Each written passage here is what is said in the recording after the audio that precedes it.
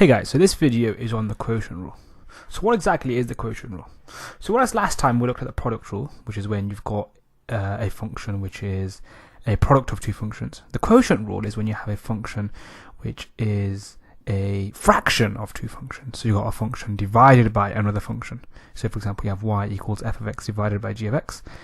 And the quotient rule tells us that dy by dx is equal to f prime of x times by g of x, take away f of x times by g prime of x, all divided by g of x squared. Okay? And so we can simplify the notation just like last time. So we can say if we have a function y is equal to u divided by v, then dy by dx is equal to u prime of v take away u v prime, all divided by v squared. So let's have a look at some examples of where we will be implementing the quotient rule in this sort of form. So example number 1, y is equal to cos x all divided by 2x. So we can see here that we have a function divided by a function, not a function times by a function, or not a function within a function. So that's how you know that here we have to use the quotient rule. So we're going to say u is equal to cos x.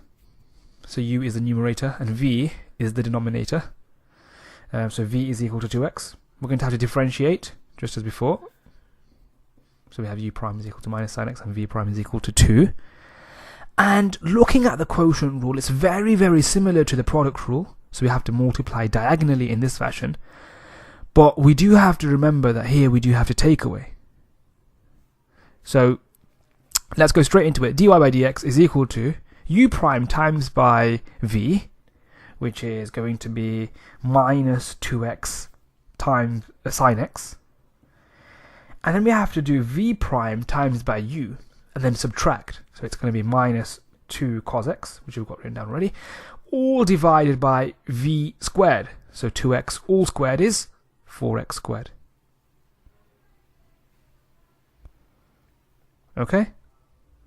So let's just tide that up a little bit, since we have a multiple of 2 that we can cancel out, and we get minus x sin x plus cos x all divided by 2x squared. So you have to have the minus outside of the fraction. So next we have example number 2. So we have y is equal to 4x plus 3 all squared divided by 2 sine 3x. And you can see that here we again have to use the quotient rule because we have a function of x divided by another function of x. Okay, so we're going to have u is our numerator, which is 4x plus 3 all squared, and v is our denominator, which is 2 sine 3x. And just as before, we have to go ahead and differentiate each of these.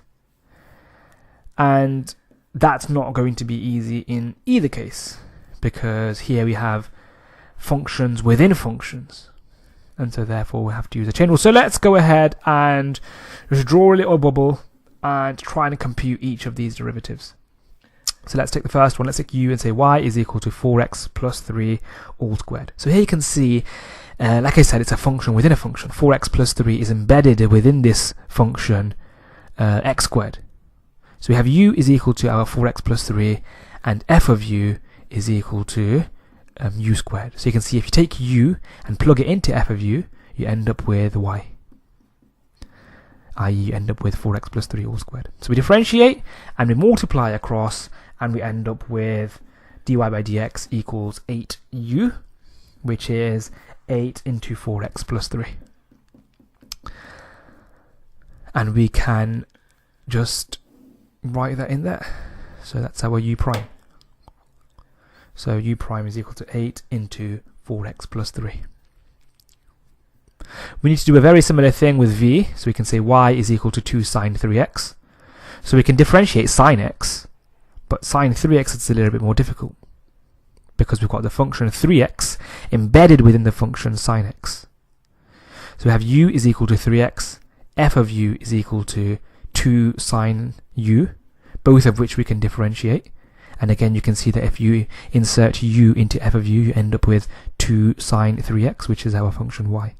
And that's exactly what we want. So differentiating both of these and multiplying together, we end up with dy by dx is equal to 6 cos u, which is 6 cos 3x. And again, we can go ahead and write that up there. So v prime is equal to 6 cos 3x. Of course, we cannot forget what the main task is here. The main task is to use the quotient rule. That's the reason why we've computed u prime and v prime. And the quotient rule says we have to multiply diagonally, and we then have to subtract, and of course divide through by v squared. So we end up with dy by dx is equal to u prime times by v.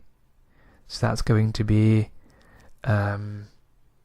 16 into 4x plus 3 times by sine 3x.